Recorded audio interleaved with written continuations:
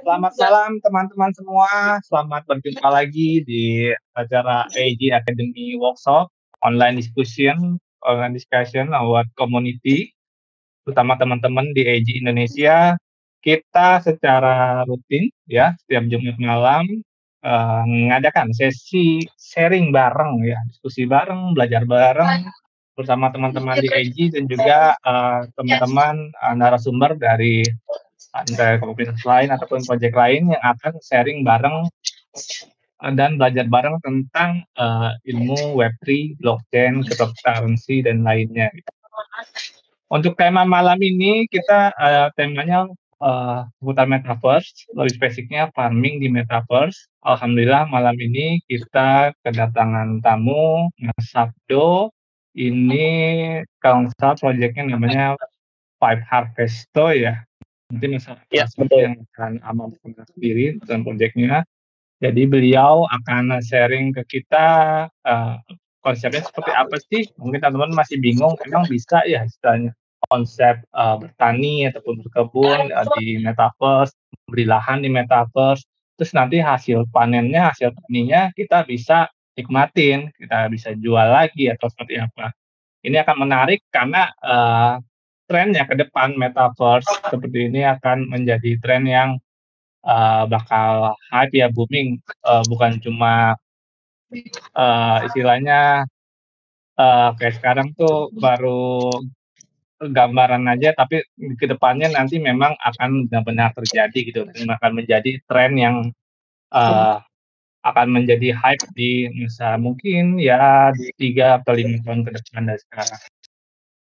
Oke, untuk mempersingkat waktu, kami persilakan Mas Sabdo untuk memperkenalkan diri dan juga boleh cerita lagi pegang proyek apa sekarang.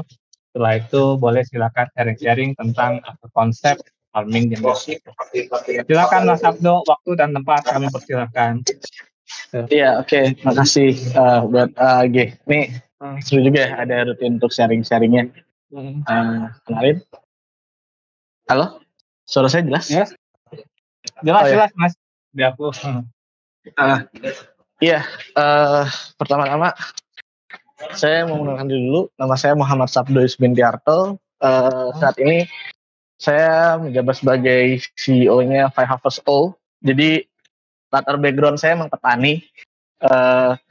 Saya juga sekjen di asosiasi namanya Asosiasi Pengusaha Desa Indonesia. Jadi memang hari-hari itu sebenarnya kerjanya di desa, muter-muter dari desa ke desa gitu.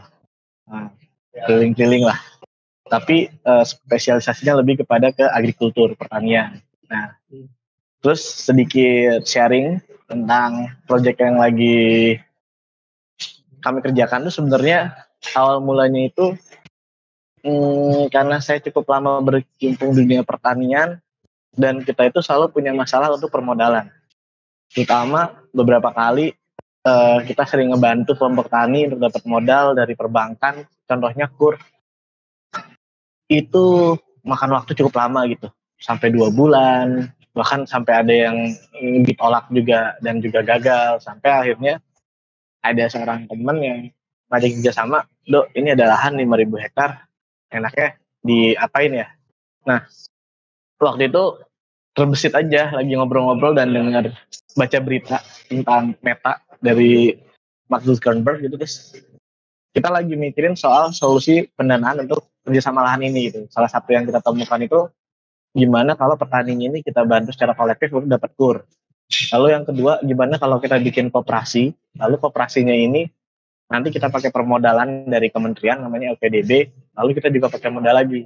Nah, terakhir tiba-tiba entah ide dari mana, saya juga jadi kepikiran, kenapa nggak gambarnya kita jual? Nanti uang hasil penjualan gambar itu kita jadikan peta untuk Metaverse, lalu si modalnya kita jadikan modal untuk pertanian. Akhirnya dari situ muncullah yang namanya Five Harvesto di bulan Juni 2022. Idenya sih udah mungkin akhir tahun lah kalau idenya sendiri, tapi baru perusahaannya secara legal itu terbentuk di tahun 2022 bulan Juni. Akhirnya kita coba buat kerjasama dengan salah satu token di Indonesia, dengan beberapa teman kita coba pameran di Malaysia pertama kali. Ternyata dapat sambutan cukup baik. Kita bikin private sales itu waktu itu 15 menit dia langsung sold out. Kita uji cobanya di 5 hektar dulu. Sampai akhirnya kita bisa ngejual lahan 15 hektar. Nah, lahan 15 hektar ini terdiri dari 3 komoditi. Ada padi, melon, sama kacang tanam. Itu yang kita jual. Jadi sebenarnya apa sih nih yang kita NFT-in kan begitu. Saya kan lihat kalau misalnya NFT kan sejauh ini itu tidak ada nilai fungsinya. Istilah saya nyebutnya air-based project.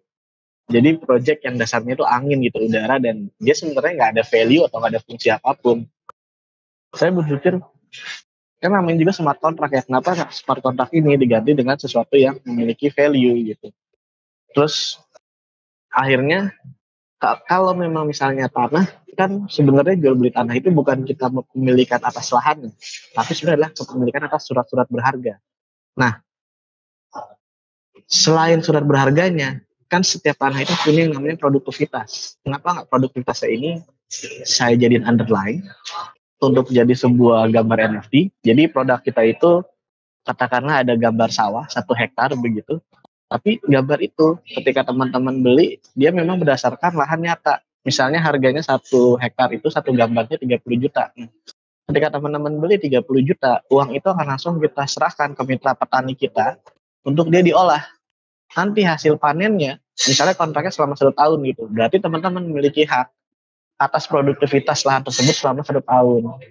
Di mana nanti kalau misalnya si lahan itu panen, teman-teman dapat bagi hasil dalam waktu 1 tahun. Bagi hasil yang kita terapkan itu 45% untuk petani, 45% untuk mereka yang di NFT, dan 5% buat kita secara perusahaan. Kurang lebih seperti itu, dan kita sudah berjalan kemarin panen perdana, dan kita lagi pengembangan lagi sekarang.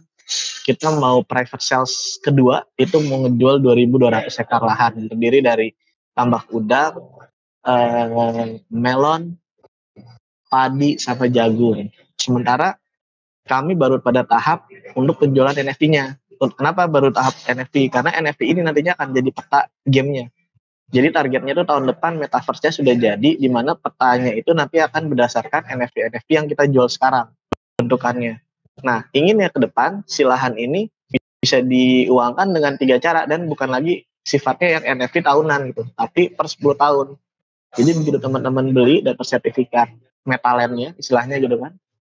Nah, teman-teman bisa dapetin uang dengan 3 cara nih, seperti tanah beneran. Bisa dijual belikan seperti biasa dengan harga NFT yang naik, bisa disewakan, atau bisa dikelola sendiri dengan lagi beli pupuk, beli bibit, terus nanti gamenya itu dengan quest, cara bibit yang tepat gimana, terus komposisi pupuk yang benar tuh bagaimana, cara mengeburkan tanah seperti apa, sampai nanti cara panen.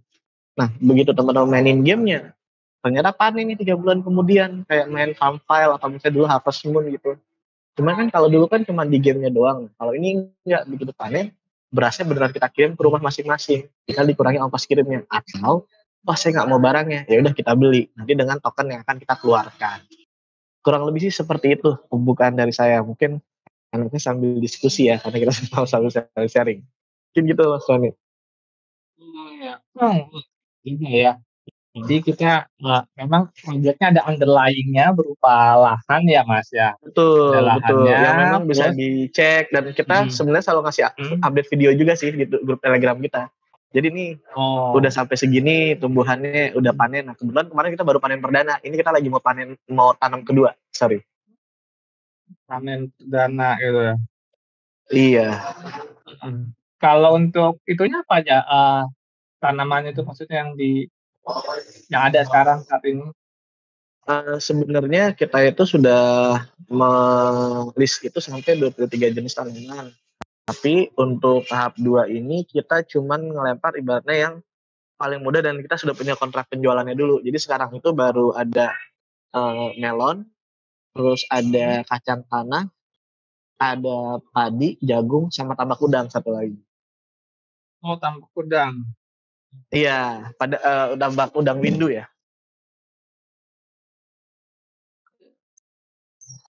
Berarti udah berjalan sekitar berapa tadi, 1 tahun ya maksudnya? Mungkin sekitar Juni ya, nggak nyampe sih, belum nyampe atau Juni 7 ya? bulanan. Oh iya. Nah, Mhm. Nah, aku sih Kalau kemarin penasaran bertaninya sih udah 2 heeh. tahun. Oh 2 tahunan? Heeh, emang kan basic-nya Mas Sabda di industri pertanian ya, Pertanian, betul betul, gitu saya ya? emang petani sih. A heeh. Nah, kemarin tuh penasaran cari itu ya searching Five Harvest Gold, Hmm. diarahin ke website temunya di Sangkaraland. Itu hubungannya apa tuh, Mas, dengan Oke, jadi Sangkara? tadinya itu, eee, kita itu ada kerjasama dengan MISA, cuman, Mmm. dia tadinya tuh akan token yang kita pakai untuk natifnya, cuman, satu dan lain hal, kerjasamanya nggak berjalan dengan baik, sehingga kami sekarang bikin website kita sendiri. Sekarang sih udah bisa buka fiveharvesto.com. Oh, udah ada sendiri ya ininya ya, Iya, website-nya? jadi 5harvest0.com atau pakai O juga bisa. Dan yang kedua, kita baru aja ngalamin plagiasi.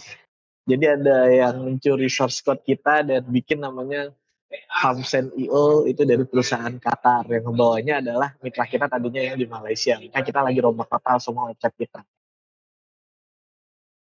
Oke. Ini belum jadi aja udah diplagiasi coba. Iya. Kalau ini kan proyek kita ya, kayak lokal gitu ya, Indonesia ya. Betul Nah, betul kalau betul. dari Mas Sabdo sendiri ngelihat ke depannya nih, projek-projek seperti ini tuh di Indonesia ataupun di global itu apa bakal bakal istilahnya continue gitu, punya jangka panjang gitu, nggak cuma hype sesaat doang, ke yang lain tapi memang bakal berkesinambungan dan memberikan dampak yang besar gitu ya, buat petani, buat masyarakat di sekitar gitu loh ya. Gimana tuh Mas, menurut Mas Sabdo? Oke.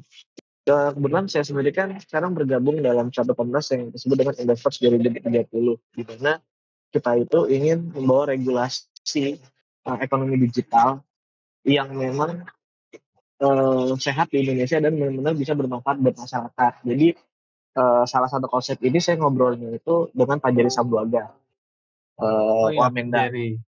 Mhm. Iya, Pak Jerry, kita ngobrol seperti ini. Nah, dan saat ini saya lagi mendorong bagaimana caranya ke depan semua proyek itu harus seperti kita, artinya ada dasar underlying-nya. Jadi seperti saham. Mhm. Yang kedua, saya lagi mencoba ini untuk melengkapi secara legal hukumnya. Contohnya apa? Eh, jadi ke depan saya lagi persiapin dengan Prisma Legal Firm, dengan beberapa legal firm, semua perjanjian kita dengan pemilik hak itu nanti akan dilegalisir oleh firma hukum, sehingga ada kekuatan hukumnya di situ bahwa oh iya betul karena kita harus mempunyai kerja sama. Itu yang pertama. Yang kedua, setiap hasil panen kita itu nanti akan dilaporkan oleh akuntan publik dan akan diaudit dan dilaporkan di website gitu. Sehingga semua orang tahu berapa bagi hasilnya mereka. Jangan sampai seperti Tether gitu kan. 2014 dia bilang dia punya equity dollar tapi baru berani ngeluarin laporan keuangannya 2019. Nah, kita ingin seterbuka mungkin dan karena kita percaya kita ini adalah project real. Bahkan sebenarnya Pak Harvest O sendiri ini hampir tidak mengambil keuntungan dari penjualan NFT-nya. Bingung nggak? Mhm. Terus dari mana gitu? Kenapa? Karena nilai NFT yang kita jual itu sama dengan nilai produksi lahan satu hektar. Jadi kami itu baru dapat untungnya sebenarnya ketika panen juga dari komisi 5% tadi. 5% dari petani dan 5% dari si holder NFT. Nah, kemarin kita juga kan ada yang nanti kita kerjasama sama Malaysia yang saya bilang ngeplagiat website kita itu. Jadi mereka itu bikin NFT sapi, tapi NFT sapi itu sama nilainya dengan satu ekor sapi. Jadi kita beli sapi dari Australia, setelah beli kita potong-potong, kita jual di hotel. Hasil penjualannya itu kita bagi. Itu dalam waktu 75 hari, si holder itu dapat 10%. Dan kemarin dia sudah dapat modalnya plus untungnya. Gitu. Nah, kalau sekarang ini rata-rata setahun, tapi kayaknya kita ngelihat antusiasmenya yang pendek-pendek kemarin gitu ya. Jadi kita juga mau ngeluarin sebuah project yang pendek juga. Mungkin nanti kita akan buka ikan nila, duren, sama mungkin tambang emas, tapi saya belum tahu masalah emas. Tapi yang pasti sih ikan nila sama duren. Nah rencananya sambil kita soft launching NFT durennya itu beneran di kebun durennya. Kebetulan kebun durennya di daerah Buleleng di Bali. Oh iya deh. Mhm. Gitu. Jadi kalau misalnya ngomong ini apa hanya hype sesaat, enggak juga karena kita sudah punya banyak kerjasamanya itu semua sampai 25 tahun gitu. Jadi at least kita ini tingkat kontrak 25 tahun. Gimana caranya untuk membiayai sebuah lahan. Terus kayak di Banten sendiri kami sudah kerjasama dengan pemerintah untuk mengelola 330 hektar. Nah, lahan-lahan inilah yang pendanaannya kita jual di metaverse. Jadi memang lahan-lahan yang sudah ada sudah produktif, sudah proven juga, dan juga memang sudah ada kontrak kerjanya. Kurang lebih seperti itu. Jadi insya Allah mudah-mudahan nggak akan jadi cuma hype sesaat ya. Nah, secara konsep ya, semoga bisa istilahnya benar berjalan sesuai dengan project roadmap dan juga bisa Amin. istilahnya benar-benar memberikan impact gitu ya ke petani, masyarakat sekitar, itu sih. Ya, Oke, memang mungkin dari harapan kita itu bisa intinya sih poin saya gini, saya ada satu kejadian di mana anggota saya itu dia dari anaknya kecil sampai anaknya kuliah dia masih terjerat hutang karena untuk modal tanah. Kebayang nggak berapa tahun berarti? kuliah 20 tahunan dong ya. Dan it's happen dan itu banyak kejadian di Indonesia gitu dan kita pengennya bisa langsung ini kedepannya nggak ada lagi yang seperti itu dan kita nggak ingin ada lagi namanya petani tapi ada pengusaha pertanian dan dengan sumber pendanaan yang sehat dan kita juga ingin menumbuhkan petani baru karena hari ini data dari BPS itu ada 30 juta orang petani tapi 90% yang umurnya di atas 40 tahun sampai 60 tahun. Artinya kalau kejadian ini tidak berubah dalam waktu 15 tahun, 20 tahun, Indonesia akan kehilangan petani. Makanya kita mau ngajak anak-anak muda melalui game dan edukasinya biar mereka balik lagi untuk bertani. Karena bertani itu sebenarnya menguntungkan banget. Nah, mungkin itu sih visi kita lah ibaratnya. Siap. Ini di kolom chat ada yang tanya ini Mas Ren ya. iGrow, Tani Fund, itu banyak kredit macet. Kenapa ya? Kalau bertanya, padahal kan itu inti negara kita. Mungkin Mas Abdul bisa kasih pencerahan terkait ini. Iya. Untuk saya tahu. Jadi gini, kebanyakan hampir semuanya startup pertanian itu tidak pernah menyentuh sampai petaninya langsung. Jadi mereka itu punya ide tentang soal teknologinya, mereka tahu cara aplikasinya, tapi mereka lupa petani itu nggak bisa pakai aplikasi. Nah, kebanyakan startup itu beranggapan petani itu bisa menggunakan itu, padahal ya untuk revolusi menggunakan traktor aja dari tahun 90 sampai sekarang baru sekarang realisasi dan itu pun ada pertaruhan nyawa di sana. Kenapa? Karena dulu kan kita belum banyak kerjaan nih. Nah, takutnya kalau pakai mesin itu tenaga orang tergantikan. Makanya mesin-mesin traktor ada yang dibakar segala macam. Tapi sekarang jadi kebutuhan karena petaninya sudah menua.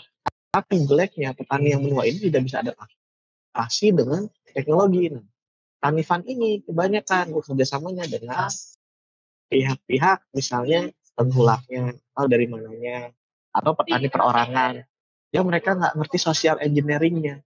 Jadi kebanyakan perusahaan startup yang bergerak di pertanian, mau sayurbuk mau apapun, mereka tidak mengerti bahwa untuk bisa menggerakkan petani itu kita harus paham social engineeringnya. Kita harus paham budayanya, bagaimana kita bisa masuk dan bagaimana mereka mau mengikuti kita.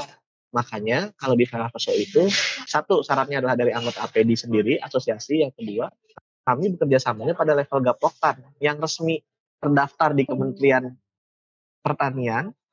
Dan yang kedua,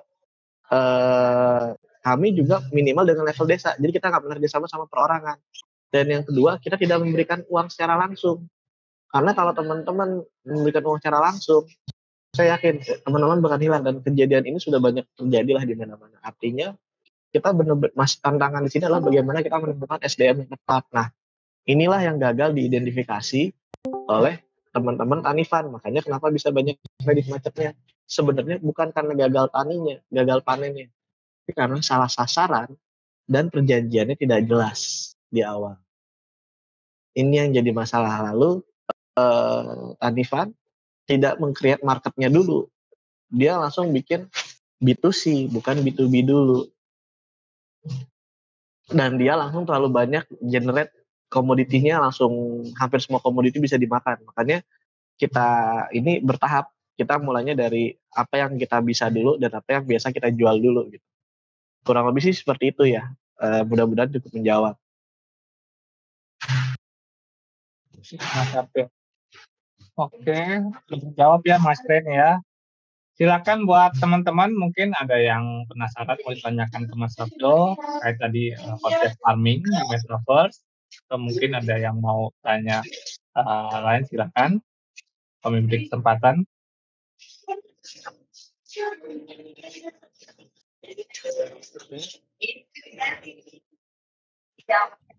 Mas Abdo, Ya. namanya bertani itu kan ada namanya kadang gagal panen ya, pasti ada mungkin Iya. kejadian atau hal gitu. Untuk meminimalisir itu dari company apa ini ya langkah-langkah untuk meminimalisir hal tersebut terjadi. Kalau itu sih sederhana. Kalau kita kebetulan kita sudah punya asuransi tani. Jadi untuk meminimalisir itu semua, tapi pada tahap tanam kedua ini udah kita asuransiin. Jadi nanti lahan-lahan yang teman-teman beli itu sudah include dengan pembayaran insuransinya. Jadi modalnya aman gitu. Itu yang kita lakukan secara preventifnya ya. Oh, tapi petaninya juga menikmati asuransi tersebut ya? Iya, artinya jadi sebenarnya begini. Saya kasih sebuah fakta ya. Dan ini benar-benar perhitungan dari studi pertanian 20 tahun gitu. Indonesia itu tidak pernah gagal panen dalam waktu 1 tahun full. Gagal panen itu misalnya gini, padi itu untuk padi yang irigasi 1 tahun itu 4 kali panen. Kalau bulan ini gagal, selama kita punya modal atau misalnya kita bisa ambil bibitnya, itu bulan depan kita tinggal tanam lagi pasti panen. Hampir tidak pernah ada di pertanian itu hari ini kita gagal panen, lalu musim tanam berikutnya kita gagal panen lagi, nggak pernah. Masalah utama di pertanian itu bukan di gagal panen, tapi harga yang dijatuhkan. Kalau teman-teman boleh lihat, cabai, terus misalnya jeruk, misalnya tomat, terkadang itu harganya itu dijatuhkan sama tengkulak sehingga di bawahnya HPP produksi mereka, sehingga karena mereka nggak sanggup beli pupuk, akhirnya si hasil panen ini dibalikin lagi ke sawah agar biar jadi kompos alami. Nah, itu permasalahan utama. Jadi sebenarnya bisa dibilang bukan masalah, karena dengan teknologi yang sekarang ya, soal kita punya pupuk yang sehat, kita punya agen hayati yang bagus, gagal panen itu sudah hampir jadi no issue. Kemarin aja kita diterpa hujan dengan teknologi pupuk organik kita, si buah itu tetap kuat dan dia nggak jatuh dari pohon. Jadi sebenarnya seperti itu. Jadi yang pertama itu adalah dari instrumen sendiri. Yang kedua, setiap petani yang jadi anggota kita wajib mengikuti pola tanam kita, di mana kami sudah riset kurang lebih hampir 2 tahunan dengan berbagai macam produk. Kurang lebih seperti itu. Tapi saya sendiri ya, jarang sekali saya gagal panen. Lebih masalahnya di orangnya. Kalau nggak si petaninya nggak jujur, yang kedua hasil panennya dicuri orang. Itu permasalahan yang seringnya terjadi.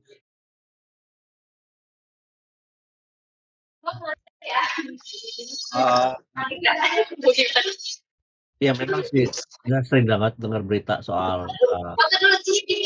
bulog itu mainin harga, akhirnya petani boro-boro nikmatin hasilnya dia sendiri gitu, cuma kerja rodi aja gitu kan. Untuk mendidik para petani ini apa yang dilakukan sama Mas Abdu dan teman-teman untuk mendidik mereka supaya mereka ngerti bahwa ada kayak sekarang ya NFT ini bisa bantu mereka ini semua. Secara untuk NFT-nya dengan metaverse-nya kita nggak memberikan pemahaman mereka apapun. Jadi kerjasama dengan petani itu bukan kita memberikan mereka pemahaman dengan kita berdiskusi, tapi berikan mereka contoh. Jadi petani itu tahunya kita modalin, lalu pakai pupuk kita, pakai bibit kita, pakai cara tanam kita sesuai dengan SOP kita. Dia tahunya digaji, ketika panen kita yang beli. Petani hanya tahu itu, petani nggak tahu kalau uangnya dari NFT atau dari metaverse. Jadi sampai hari ini saya tidak mengedukasi petani untuk itu sih. Untuk harga beli hasil panennya itu sudah ngomong dibuka atau gimana biasanya? Kami pakai kontrak, jadi kita pakai kontrak harga bawah di mana harga itu tidak boleh turun dari harga yang disepakati tapi boleh naik. Di mana kita menghitung harga HPP produksi, nah dari situ kita hitung ada marginnya berapa. Kan kita tahu nih, misalnya satu hektar sawah itu bisa ngasilin misalnya 8 ton atau kalau kita 7 ton ya, kalau Indonesia rata-rata 5 sampai 6 ton dalam satu hektar. Nah, HPP-nya itu per kilo 3.000. Nah, kita kontraknya misalnya di 4.000 sehingga harganya itu tidak akan jatuh di bawah harga produksi mereka. Sehingga udah mereka nggak pakai modal, lalu mereka juga dapat keuntungan di atas HPP. Disitulah kita ingin memastikan kesejahteraan para petani. Ini yang kami lakukan untuk semua proyek-proyek kami. Jadi kami strict. Tapi kalau misalnya mereka jual produk itu selain dari kita, ke kita, karena kita yang modalin, kita anggap itu sebagai pidana. Jadi petani juga nggak berani untuk menjual. Cuman ya begitu. Kenapa kita tidak terlalu luas? Kita mulai sedikit-sedikit karena kita memastikan dulu dengan kelompok tani atau gapokan yang memang sudah kira-kira klik dan kira-kira ini bisa dipertanggungjawabkan. Kurang lebih sih seperti itu sih.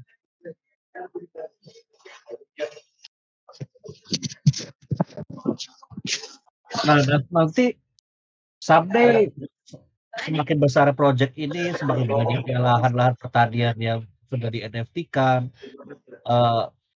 Bagaimana cara Mas Sabdo dan rekan-rekan untuk apa ya bahasanya pengawasan bahwa petani ini menjalankan SOP-nya kita gitu? Oke, jadi salah satunya yang kita udah lakukan di Kementan itu, di Banten itu, kita melakukan pelatihan terhadap penyuluh pertanian. Jadi di Indonesia ini ada yang namanya penyuluh pertanian yang digaji resmi oleh Kementan. Nah, kami itu biasanya bikin kayak POT ya. Jadi ada beberapa yang misalnya ketua gapoktannya, penyuluh pertanian, atau direktur BUMDes atau dari desa yang kita latih dan nantinya mereka yang akan jadi mitra kita. Jadi si perusahaan ini itu adalah terdiri dari sebenarnya 3 jenis perusahaan. Satu perusahaan NFT, 2 perusahaan game, dan ketiga adalah perusahaan komoditi. Jadi kami punya mitra, koperasi dan yang lain-lain, mereka yang menjalankan gitu. Atau ada juga yang baru mau listing, kan kita kan juga menyediain platform kita misalnya di sini ada punya tanah nih yang 10 hektar. Mas Abdo pengen dong kerjasamain. Saya mau nanam mangga sekian-sekian. Oke, kita bikinin NFT-nya, kita launching di website kita, lalu kita jual gitu. Nanti begitu uangnya dapat, itu bukan kita yang ngelola, tapi dia yang ngelola. Nanti dengan perjanjian dari kita. Tapi pola tanamnya juga kita bantu bagaimana dia bisa optimize dan kita bantu juga untuk dapat kontrak penjualannya. Kurang lebih seperti itu. Makanya tadi yang saya bilang, yang kita kuat itu sebenarnya bukan teknologinya, tapi social engineering-nya. Nah, kebetulan dari asosiasi yang sekarang saya sebagai sekjennya, itu sudah ada di 32 provinsi dan kami kurang lebih punya hampir 1,7 juta anggota lah, yang sifatnya keanggotaan kita itu koperasi, badan usaha milik desa atau desa sendiri. Jadi kita kerjasamanya tuh dalam satu desa. Nah, di mana kita ingin memonitoringnya, kontrol sosial, di mana pinjaman itu dikasih untuk 10 orang bersama-sama bertanggung jawab. Kalau bisa 1 orang macet, 9 orang ini harus bertanggung jawab. Atau minimal desa yang tanggung jawab atau gapoktan yang bertanggung jawab. Nah, kenapa harus gapoktan yang resmi sama pemerintah kita kerjasamanya? Kalau mereka macam-macam, bantuan mereka dari Kementan itu bisa dicabut dan kita bisa melaporkan dia ke dinas pertanian setempat atau masuk ke kementerian. Hal-hal inilah yang mungkin ya kebanyakan startup pertanian tidak paham bahwa ada struktur di bawah itu. Dan struktur ini sebenarnya bisa dimanfaatkan untuk pengamanan dan pengawasan. Itu yang kita lakukan sih.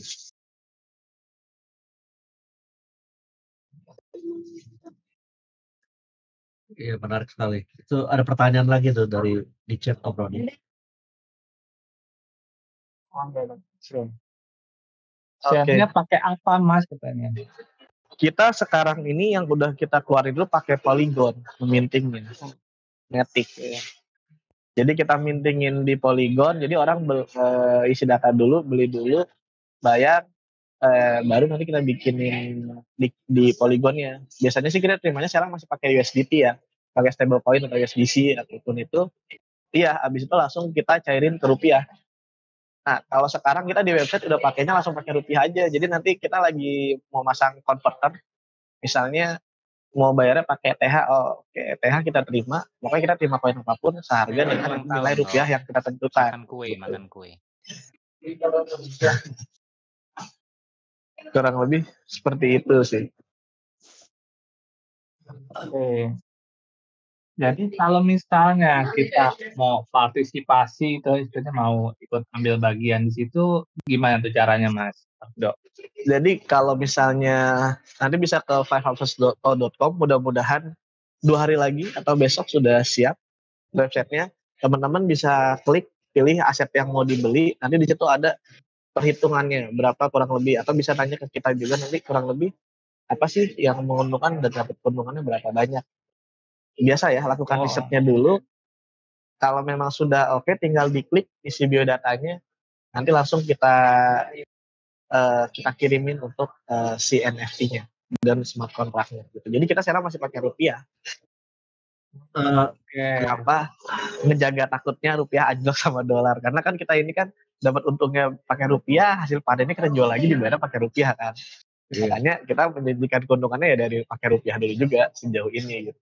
Tinggal nanti di-convert dia maunya dari rupiah kemana, ke dolar, ke USDT, ke ETH atau apa. Nah, kalau itunya kita udah siap karena bulan kita sebenarnya bisa pakai payment apapun sih. Kalau secara engine sistem kita ya, cuman ya secara nilai kita masih menghitung pakai rupiah karena semua transaksinya masih melakukan dengan rupiah. Gitu. Oke. Berarti nanti yang kita dapatkan berupa NFT gitu ya? Betul, Ya, Mas, NFT. ya? Iya, Jadi betul beli betul. NFT kayak gitu. Terus nanti gimana? Sorry. Lanjut, sorry. apa saya belum kebayang sih karena belum lihat. Apa kayak ada dibikin modelnya kayak bermain game gitu, ada misalnya kayak Sandbox atau kayak Harvest Moon ya kalau yang bukan itu ya. Iya.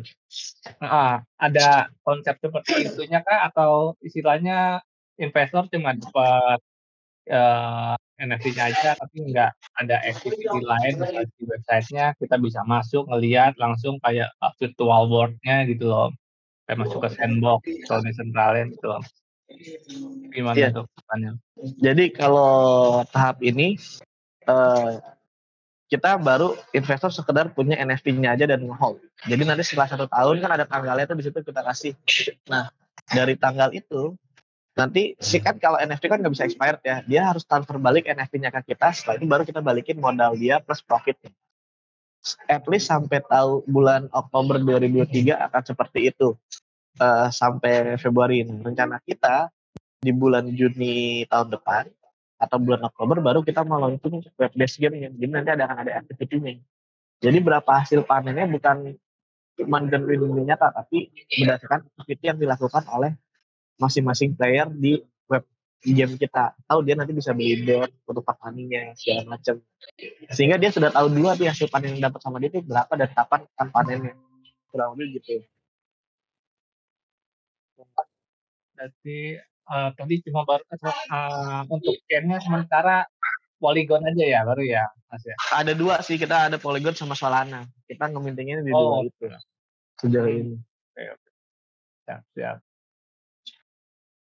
Oke, kalau untuk walletnya MetaMask seperti itu ya simpennya. Ya, MetaMask kita buat itu. Kita pakai coin payment juga udah bisa mau disambungin. Tapi sekarang yang paling itu sih pakai MetaMask. Tapi ternyata ya setelah kita sudah jualan kan yang beli kita ini banyak orang dari Eropa nih, Indonesia sedikit sekali dah. Kebanyakan itu yang ngebelinya itu juga baby boomer. Jadi yang bahkan kemarin saya udah kali pameran, dia sama sekali nggak punya wallet crypto, jadi pengennya langsung beli pakai uang fiat aja gitu. Dan sehingga kita layani juga sekarang pakai uang fiat. Nah, tapi ternyata kebetulan ya, saya nggak tahu kenapa pembeli kita lebih banyak yang seperti itu. Oke. Padahal sasaran saya adalah komunitas kripto, tapi ternyata pembeli kita kebanyakan di luar komunitas kripto. Bahkan banyak PNS segala macam, intinya yang memang pengamanan asetnya aja, karena kan semuanya bisa dicek. Misalnya di sini ada yang beli nih, kapanpun mau datang ke sawahnya boleh kok, kapanpun datang ke kebunnya boleh kok, gitu. Tinggal dicek aja. Oh gitu, misalnya aku beli NFT-nya nih, salah satu investornya bilang, Mas aku mau visit dong, misalnya ke lokasi itu bisa kita gitu ya. Bisa anytime. Janji Bahkan sebenarnya kita betul setiap panen itu kita mesti bikin giveaway untuk mengundang perwakilan investor untuk ikut panen rayanya gitu. Sambil liburan lah, saya dimenang gitu. Jadi terbuka itulah kami. Gitu ya. Ya, oke. Oke, buat teman-teman yang lain silakan jika ada yang masih penasaran dengan Mas konsep Abdo, kami. untuk satu NFT-nya itu range harganya itu berapa? Start dari berapa?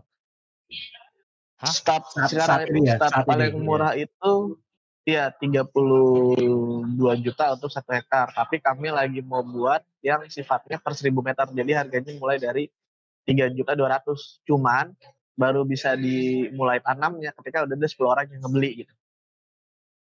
Jadi kolektif gitu ya? Ya kolektif, karena kita nggak bisa kalau cuma 1000 meter kita tanam itu nggak menguntungkan. Jadi kita harus nanamnya minimal 1 hektar. Baru kita dapat profit yang bisa dibagi-bagi. Jadi kayak ada yang 200, ada yang 100 juta, tapi ya dibagi 10 jadi 10 juta. Jadi tapi kita start paling kecilnya itu 3,2 juta harganya untuk padi.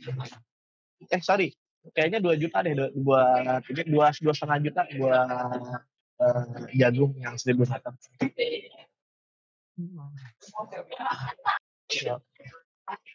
Iya, tadi soalnya saya pikir mungkin banyak rekan-rekan tertarik, cuma kan kalau NFT-nya langsung start 30 mungkin kan keberatan, tapi kalau dengan adanya kolektif itu akan sangat-sangat memberi peluang gitu ya Cuman, buat yang betul. Tapi ketika dia beli, dia waiting ini ya, ibaratnya dalam posisi menunggu. Begitu nanti sudah full 10 orang yang beli, baru kita mulai proses penanaman gitu. Iya. Apalagi itu. Menarik project ini Mas. Baru dengar ini sangat-sangat menarik. Ini Om Roni, kayaknya kapan-kapan mesti janjian sama Mas Abdo ini mesti ngomongin wallet ini. Siap. Kenal walletnya Agi juga, siapa tahu bisa bekerja sama juga kita di Kalau gini berarti base-nya banyaknya di mana ya? kita saat ini kita di mana, ada di Brazil, ada di Indonesia, Filipina, Argentina, sama Vietnam. Kalau Indonesia sendiri di mana kantornya?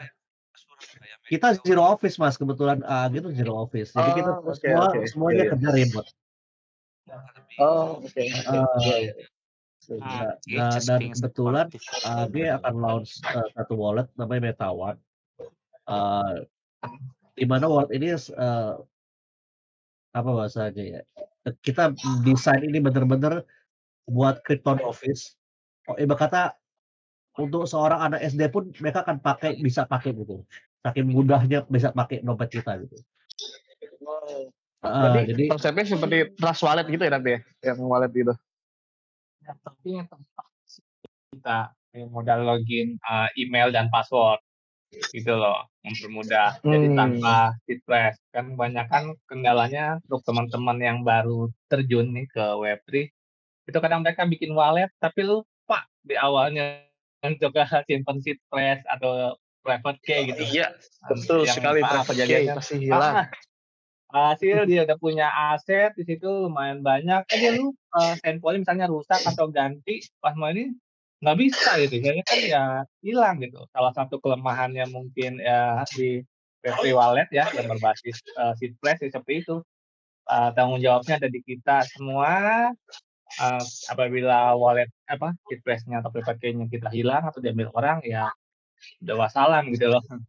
Makanya EG coba membuat satu produk istilahnya yang mempermudah buat teman-teman nih yang untuk baru mau masuk ke Web3, kita siapin infrastrukturnya, istilahnya toolsnya dengan yang mudah seperti ya wallet seperti mereka misalnya kayak sekarang nih bikin akun GoPay, OVO, Dana gitu loh. Jadi cukup pakai email dan password, Cuma untuk dari sisi keamanannya nanti tetap ada 2FA, pakai Google Authenticator, pakai, ada beberapa 2FA di dalamnya gitu loh, jadi tetap aman.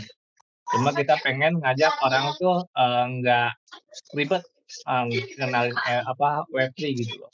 Kita kan juga di awal EIG tuh ngenalin, Web3 ke masyarakat lewat game. Tapi itu awalnya dari Hmm, real game, Mas, kita udah ada Axie oke oke. Infinity sampai sekarang sih, heeh. Jadi kita ngenalin mereka tuh lewat game, jadi, lebih fun gitu loh. Mereka main game, mereka bisa dapat earning, dapat reward. Nah, reward-nya itu nanti kan, mau nggak mau mereka harus belajar bikin wallet, karena kan nanti reward-nya dikirim ke wallet. Setelah itu, mereka belajar gimana caranya cairkan itu, aset digital mereka gitu loh. Jadi kita ajak mereka belajarnya lewat fun gitu, lewat game. Tapi sekarang kita masih berjalan konsep seperti itu. Nah, di tahun ini kita, coba meluncurkan juga lebih mengedukasi lagi, masyarakat lewat EIG Academy. Kita ada website-nya EIG Academy dan juga ada kegiatan rutin, salah satunya di malam ini adalah kegiatan untuk sharing online nih. Jadi teman-teman nggak cuma belajar lewat website aja. Jadi kalau lewat online discussion kayak gini kan ada yang bingung, ada apa bisa tanya langsung, bisa belajar bareng Iya, ataupun praktek betul. bareng, Mas. Kayak gitu sih, Mas, konsepnya. Oh, iya, Mhm. ada kesamaan visi sih. Kita juga sebenarnya lewat game itu Mhm. ya karena kita butuh generasi baru untuk tertarik di dunia pertanian dan saya juga mau tahu yang di pertanian tuh untung loh. Aduh aduh. Tidak seresiko itu justru dibandingin sorry ya trading kripto sama nanam cabe lebih nguntungin dan lebih tidak beresiko nanam cabe gitu. Kalau untung juga kalau rugi pun tidak tidak semenangis kalau kita ngegantung atau misalnya kena cut loss gitu kan. Hmm. Hmm. Iya, apalagi ini kan ada underlying ya istilahnya ada bentuk, Iya, jadi jaminannya ya sebenarnya seperti istilahnya. seperti saham sih dia sih Heeh, jatuhnya gitu. Cuman kan tetap mhm, ya namanya kita di alam resiko ada, makanya tadi kita punya insurance, terus kita juga punya iya, beberapa preventif gitu kan. Eh, dan kenapa kita menjanjikannya adalah bagi hasil per tahun karena tadi harganya kan selalu fluktuatif. Kita tidak selalu mendapatkan hasil panen yang maksimal. Jadi misalnya biasanya tani kita 10 ton nih. Nah, selalu kita panen dapat 10 ton. Mungkin kurang dari itu. Kita target jual harganya harus 5.000. Bisa jadi harga lagi turun gitu ya. Itu sebenarnya lebih ke sana sih. Jadi sebenarnya di pertanian itu bukan kepada rugi uang hilangnya, tapi untungnya berubah-berubah. Itu aja sebenarnya kalau menurut saya. Pengalaman saya main gitu di trading pertanian. Ya. Tapi ya seperti itu kejadiannya. Jadi uang benar-benar hilang itu belum pernah. Tapi sedapat tidak sebesar yang biasanya pernah. Tapi dapat juga jackpot itu jauh lebih besar dibandingkan biasanya kita dapat kayak kemarin. Tahu-tahu harga jagung lagi tinggi banget 5.800 kita modal belinya cuma 4.000-an gitu. Jadi bisa 1 kilo tuh untungnya 1.000 sendiri, 1.000 lebih. Itu kan lumayan gitu. Nah hal kayak gini sih kalau di pertanian menarik sih.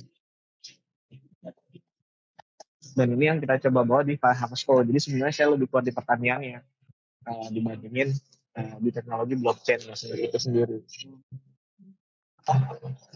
iya iya. Berarti istilahnya, teman-teman yang tergabung di dalamnya nih dapat 2 ilmu nih ya, ilmu Web3 dan juga ilmu pertanian gitu ya Mas Arda ya, belajar Iya, betul betul. gitu, betul betul sih, keren keren. Oke, Tapi ini teman-teman yang lain silakan kalau ada yang mau ditanyakan ke Mas Ardo ayo teman-teman, siapa tahu nanti terkait masa tentang pertaniannya ataupun teknologi di balik, metaverse-nya gitu, silakan. kita kayaknya nunggu nunggu Mas Abdo buka lahan yang tanda pohon uang punya ya, Om Roni. Waduh, Aduh, kalau ada saya mau tuh dia. Tapi duren ya. Ini duren Musangking ya. Iya. Saya kemarin dari anggota saya ini salah satu guru saya lah. Jadi memang dari makar di APD. Dia di Pangkalan Bun sama ada dia punya lahan di Bogor. Modalnya itu 300 juta. 1 hektar itu bisa nanam 70 pohon. Pohon duren, Musangking. Tahu nggak setelah 4 panen berapa dia dapat uang per tahunnya? Kira-kira berapa? Modal 300 ya? 300 juta modalnya. Setelah 4 tahun dia baru dapat untung tapi. Setelah itu setelah tahun keempat tiap tahun dapat untung karena kan panennya setahun sekali durian. Oh, jadi dia masa tunggunya 4 tahun tuh ya sampai pohonnya dewasa ya? Betul. Ada kalau kita beli bibitnya yang 2 tahun itu panennya cuma 2 tahun. Jadi ada bibit yang dari kecil tapi kalau mau memulai mendingnya beli bibit besar kita sebutnya. Jadi bibit yang umurnya udah 2 tahun, 2,5 tahun. Jadi kita cuma nunggu 2 tahun lagi lah buat bisa dapat panen. Tahu nggak setahun itu udah berapa setelah 4 tahun itu? Buat tuh masak tuh. Mahal loh. Satu biji mahal gitu. Iya. Nih satu biji, ini cluenya.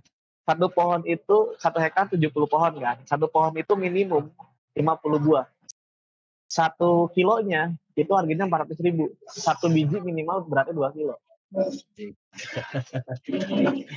Sadis. Jadi sekali panen itu dia dapat 1,4 miliar. Gila. Sekali panen. Modal 300 juta ya. Modal cuma 3 juta doang sekali. Perawatannya durian apa sih? Itu perawatan tahunannya itu nggak nyampe 5 juta, 10 juta. Ya paling kalau kita ngegaji orang tiap bulan berapa misalnya 3 juta jaga kebun. Udah. Itu pohon duit sebenarnya. Pohon duit itu beneran. Iya. Pohon 2000 santi. Iya. Buah bisa mahal banget ya sialan itu. Teman saya ada lagi, kita nggak usah buah yang mahal-mahal deh. Jeruk nipis, tahu kan jeruk nipis? Wah, ya. Iya. Pernah lihat nggak warung di Indonesia, warung-warung bakso atau yang nggak ada jeruk nipis ya? Pernah lihat nggak? Jarang ya. Pasti ada jeruk nipis ya kan? Minumannya Ya, minumannya jeruk. Kita pun kalau ya pecel lele minumnya apa pasti ada selainnya ada menunya jeruk manis kan. Iya. Jeruk itu bibitnya itu kita dari koperasi dia 1 hektar bisa nanam 600 pohon. Itu ditanam panennya setelah 8 bulan. 8 sampai 10 bulan. Setelah 10 bulan dia panennya itu 1 pohon 2 kilo per 15 hari. Jadi kurang lebih sebulan itu bisa 2 kali panen. 2 tahun kebeli Alphard. Cuma modal jualan jeruk nipis doang. Gila ya, pertanian nggak main-main sih kalau benar-benar di kan ya. Nggak main-main, bro. Kan sekarang gini, kenapa kayak bawang putih? Kan bawang putih itu impor dari Cina ya. Iya. Dari betul. Cina beli 7.000. Di sini dijualnya 10.000 sampai 15.000. Saya jual lagi ke warteg itu 28.000. Bingung nggak? Kok bisa sebesar itu? Kenapa bisa sampai 28.000? Karena warteg malas ngupasin. Jadi kalau bawang putihnya udah dikupasin itu sekilo jadi 28.000.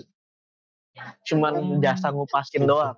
Itu peluang bisnis deh kalau ada yang mau supply. Kalau ada yang mau supply bawang putih ke warteg-warteg boleh. Coba aja tanya, dia terima 22.000 sampai 28. Cuma modal dikupasin doang. Kupas ya. Iya. Modal kupas aja.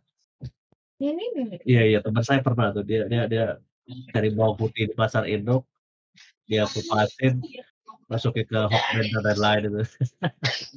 Iya, mahal tuh cuma modal ngupasin bawang putih doang. Makanya saya bilang pertanian itu menjanjikan, cuman tidak banyak orang melihat ini sebagai bisnis yang menjanjikan. Nah, makanya kita coba bawa dalam bentuk NFT gitu. Kita bentuk dengan teknologi yang kekinian lah. Kita sambungin ke Web3, kita sambungin ke Metaverse. Karena kebetulan kita punya banyak teman-teman IT yang jadi kita juga jadi in-house kita. Oh ya, BDW memang sih ini project lokal dari saya sendiri. Cuman sekarang kami udah join sama beberapa expertise dari luar. Jadi ada dari Excellent Consultant, ada namanya Sim, terus juga Cleveland, ada Yok, dia dari Bahrain, dari Dubai. Jadi kita udah mulai kerja sama juga sama expertise dari global karena kita mau coba globalin si project kita. Jadi nanti ngelisting lahannya bukan cuma ada di Indonesia aja. Kita kemarin udah dapat tawaran dari Sri Lanka untuk kembangin di sana, dari Ethiopia juga gitu. Jadi mudah-mudahan ini jadi proyek yang dari Indonesia tapi bisa mendunia. Mudah-mudahan teman-teman di sini bisa support nih, minimal jadi pembeli di awal. Ya itu promosinya lah ya. Iya, nanti websitenya Mas Abdul udah ini bisa kita nanti bantu share juga di sini buat Siap. Nanti kita atau kita sendiri pengen ikutan juga.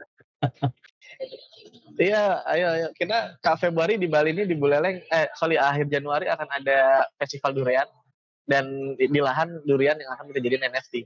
Sambil kita mau launching NFT durian kita. Di Kalau Bali. mungkin nanti bisa waktu, ya di Buleleng. Siapa tahu teman-teman bisa hadir nanti. Buat makan durian all you can eat lah. Sekali bayar doang. Mantap Amin. Pulangnya berobat gue. Mabok itu mabok durian.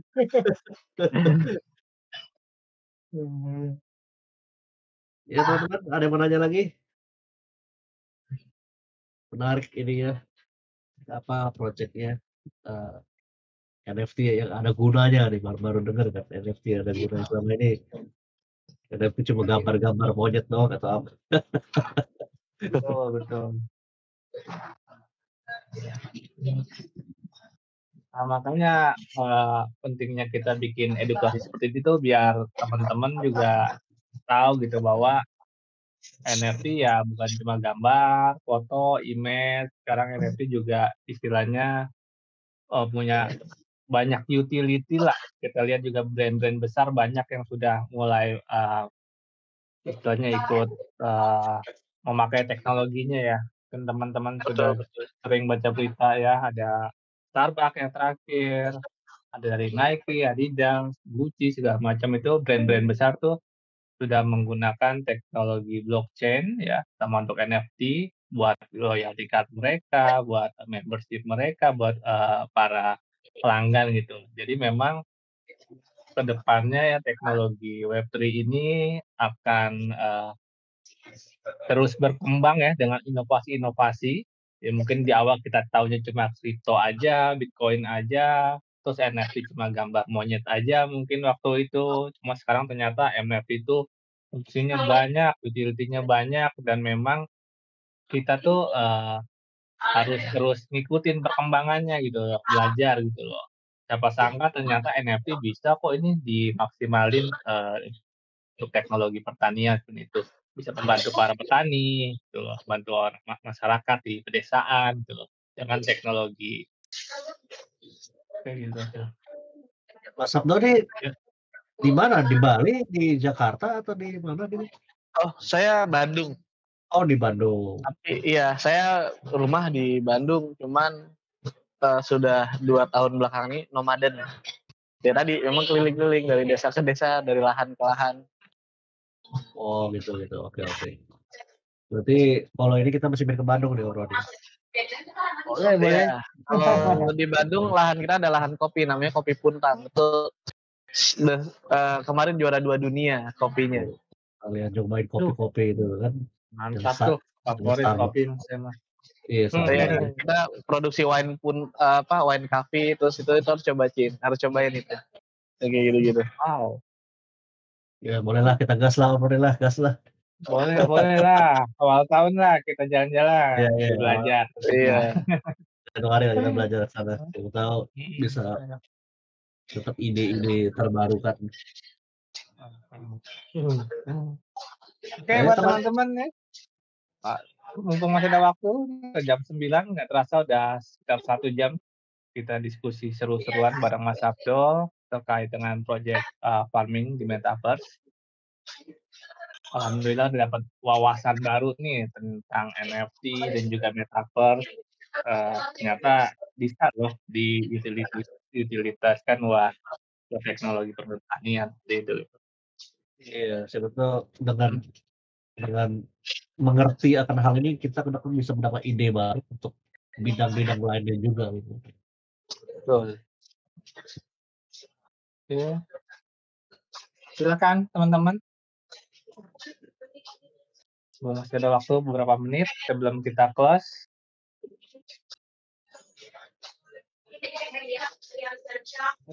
Dari Mas Abdo mungkin ada yang mau disampaikan lagi terkait mungkin ada rencana proyek tadi dalam waktu dekat, rencana mau presale lagi ya atau apa gitu. Iya. Tadi Jadi memang sih tanggal berapa mungkin bisa disampaikan. Kalau kita belum ada, tapi bulan Januari mungkin kita mau bikin festival durian. Nah, rencana kita itu launching di bulan Februari mungkin antara dengan Kemenko Equine atau dengan Kementan. Karena kami benar-benar ingin jadi project yang orang tahu dan memang ini pemerintahannya ada juga tahu kita ada dukungan untuk petani. Karena tahun depan akan cukup berat di pertanian karena pupuk subsidi mulai dihapuskan secara bertahap. Makanya kami juga ingin menggalakkan program kita biar kita bisa ngebantu lebih banyak lagi sih. Kurang lebih sih itu kalau proyek ke depan yang lagi kita coba kembangkan. Tapi di sisi lain memang saya juga lagi terlibat untuk memberikan masukan regulasi bagi Bapepti maupun nanti OJK sama BI karena kayaknya tahun depan kripto NFT ini akan ditarik ranahnya ke BI sama OJK.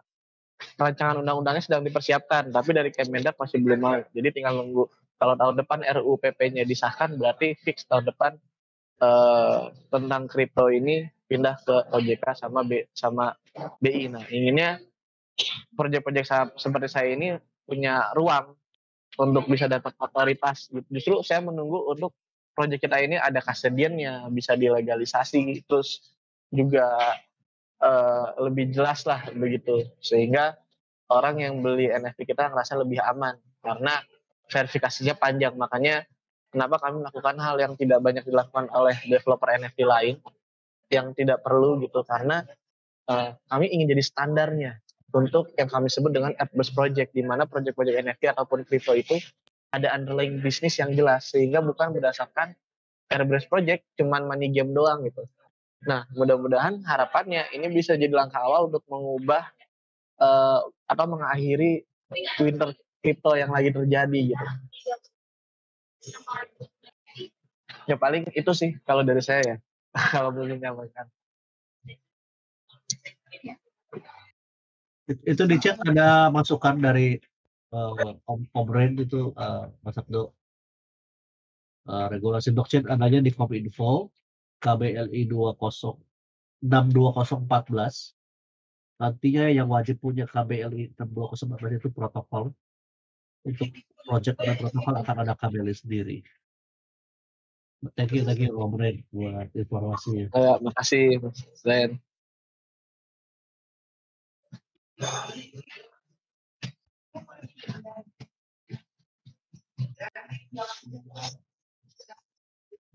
Om Ren ini pemerhati kripto juga nih. Ini Om Ren bidang apa nih? Ini coba dong ngobrol dulu kita di sini. Boleh Om Ren. Ketik biasa. Om Ren is typing. Itu bisa tuh. Halo. Halo. Ya, jadi ya saya dari collectible.com, platform NFT marketplace lokal. Ya, collectible.com ya, kami udah launching NFT bareng sama Liga Basket Indonesia, sama barusan launching sama brand Makeover punya Wardah. Wah, boleh tuh. Gitu. Collectible itu yang NFT marketplace kita bisa beli pakai via kalau nggak salah ya Mas ya? Iya, betul. Betul ya? Oh iya. Iya, soalnya. Dan memang karena memang kami pakai rupiah, jadi semua regulasi di Indonesia saya kulik semua tuh. Wah, oke. Dan saya juga ikut bareng sama Asosiasi Blockchain untuk ngasih masukan ke Bapepti bikin kajian regulasi NFT di seluruh dunia dikasih ke Bapepti. Dari ABI ya? Kenapa? Dari ABI ya? ABI kan ya? Asosiasi Blockchain Indonesia ABI kan ya? Betul, ABI. Jadi Sabtu sama Mas Ren bisa sama juga nih memberikan arahan aturan-aturan main yang benar. Soalnya bikin aturan kebanyakan tidur biasanya. Sebenarnya kita bisa bikin sebuah acara. Jadi kan begini, kalau kita ngomong regulasi itu pertama itu adalah dalam tahapan kajian, di mana kajian ini harus melibatkan sebuah FGD kayak gini. Tapi FGD itu harus diwakili dari akademisi, pelaku bisnis, sama perwakilan dari pemerintahan. Daftar FGD itu boleh siapapun mengajukan nanti ke kementerian terkait atau misalnya lewat lembaga perwakilan DPR atau MPR untuk dijadikan masukan sebagai pengesahan undang-undang. Sebenarnya undang-undang itu seperti itu gitu. Jadi kemarin kita melakukan regulasi-regulasi hal seperti itu dengan ITS ya segala macam. Jadi sebenarnya kita walaupun sebagai komunitas, kalau kita mau bikin acara yang serius, itu bisa kita undang pemerintah dan nanti bisa jadi bahan masukan sebagai masukan regulasi. Gitu. Dan itu memang saluran resmi yang disediakan oleh pemerintah. Gitu.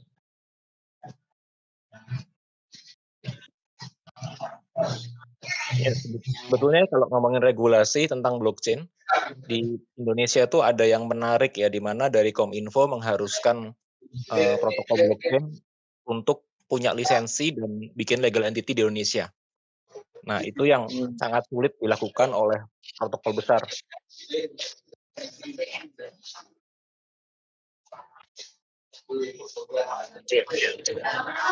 Om Roni, ini kayaknya seru nih kalau Om Ren kapan-kapan kita undang buat bicara.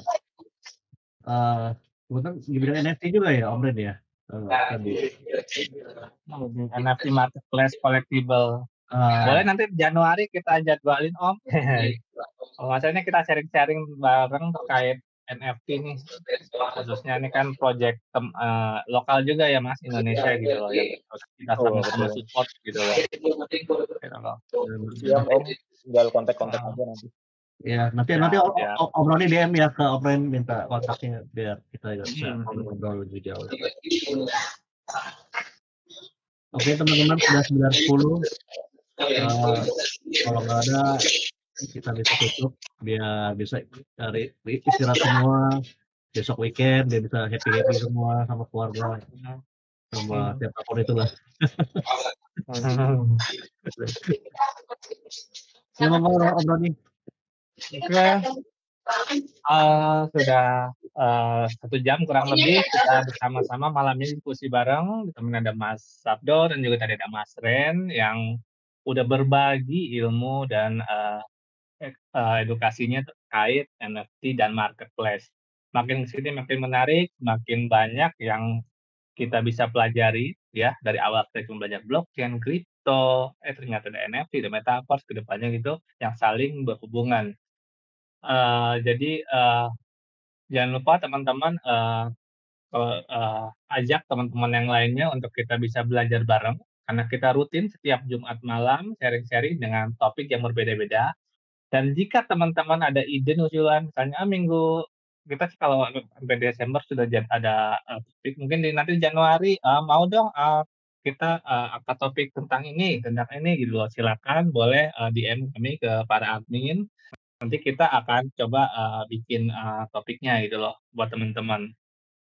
Dan jangan lupa setiap bulan juga kita biasanya di akhir bulan suka ada quiz akademi. Nah, quiz akademi ini menarik kenapa untuk menguji pengetahuan teman-teman udah sampai mana nih selama ini ikut kegiatan diskusi bersama dan juga belajar dari website EJ Academy.